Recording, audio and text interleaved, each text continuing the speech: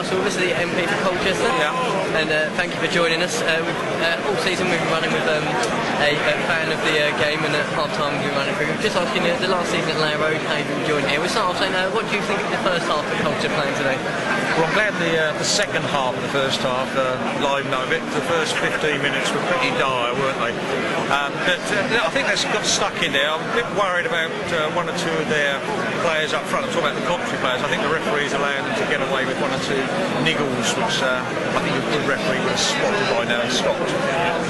But we're well worth our one goal. Could have got a second, but then Coventry, how on earth they didn't equalise about 5 minutes ago, I don't know, but they didn't, and that's the way it is.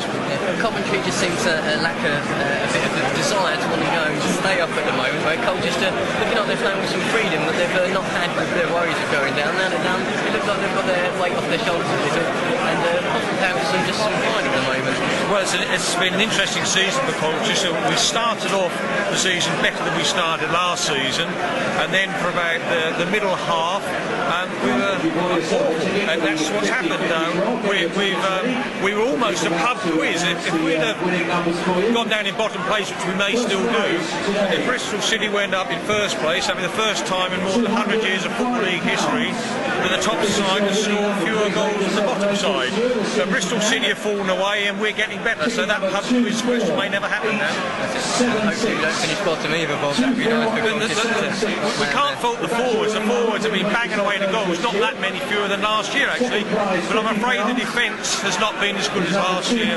And we've lost 15 games out of 20 by the odd goal. And that's where it's all gone wrong. So probably losing Wayne Brown was one of the biggest telling signs of the season. Just a question, away from today's game. Wayne Brown, a good player from the last few seasons, he coached it up. Favourite players you've seen grace today at Rhodes Ground? Well, over the years, well, there's so many. Lamar is all a while for pure colour. Greg Halford, probably the greatest all-round player I've ever seen. But my favourite player of all time will always be Peter Wright, who was here when playing on the left wing, as we called him in those days. Like myself, who's a Marlene boy from Marlene, Colchester. In fact, he lived 10 houses away, probably in Naylor Road. And Peter Wright was the left winger here in the 1950s into the 1960s, and he was a local lad. And I just think he was the greatest player that's ever played for Colchester United because he was a local lad. In fact, I saw him last night at the 100 years of cricket at the Castle Park event he was at. Favourite memory from the ground? Quite a few years at Low Road. Favourite memory that comes to mind? It has to be Colchester United 3, Leeds United 2, because they were the Chelsea, the Manchester United, the Arsenal of the day, and we beat them 3-2. I stood behind what was then the open goal where Crawford scored his two goals in the first half, and where Graham Smith had this fantastic save in the last minute to prevent the 3-3 equaliser. That has to be the greatest win here. Although I must admit, I've enjoyed the two wins over Ipswich in the last two seasons, and Ipswich didn't score a goal here. Yes, it was nice to see Colchester taking it this season, and especially not being relegated against Ipswich.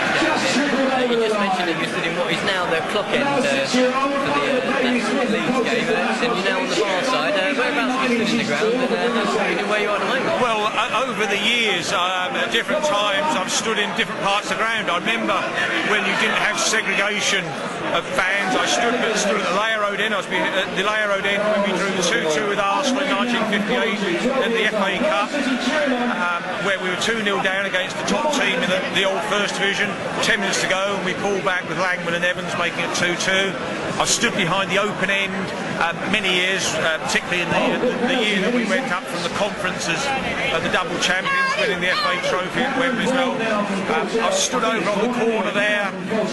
Very seldom have I sat down because I prefer the terraces, but for the last, ever since we got back in the league, so the last 15, 16 years or whatever it is, I can't remember the years it is now, I've been standing over here on the bar side. This is where the atmosphere is. This is what we're going to miss at the new stadium. We've got 5,500 people in here, a packed ground, 5,500 in an all-seater 10,000 stadium at Cuckoo Farm. It's going to look half empty. So we're going to miss that advantage. And Also, I'm very disappointed that the designers of the new stadium haven't taken the opportunity to have home fans behind both goals. I'm hoping that over the summer break, they will somehow reconfigure it so that Colchester United can have fans behind both goals and shove the visiting fans down one corner. That'd be nice for Colchester to have the same feeling of the new Cricket Farm ground as Layer Road, and especially the atmosphere we've got down in last week. Thank you very much. My pleasure, and my best wishes to everybody listening to this. And if you're in hospital, I hope your stay there is short and make a good recovery. And if you're listening to this sometime later, then I hope you've had a good rest in hospital and the future's good for you. All the best. Thank you. Okay, thank you.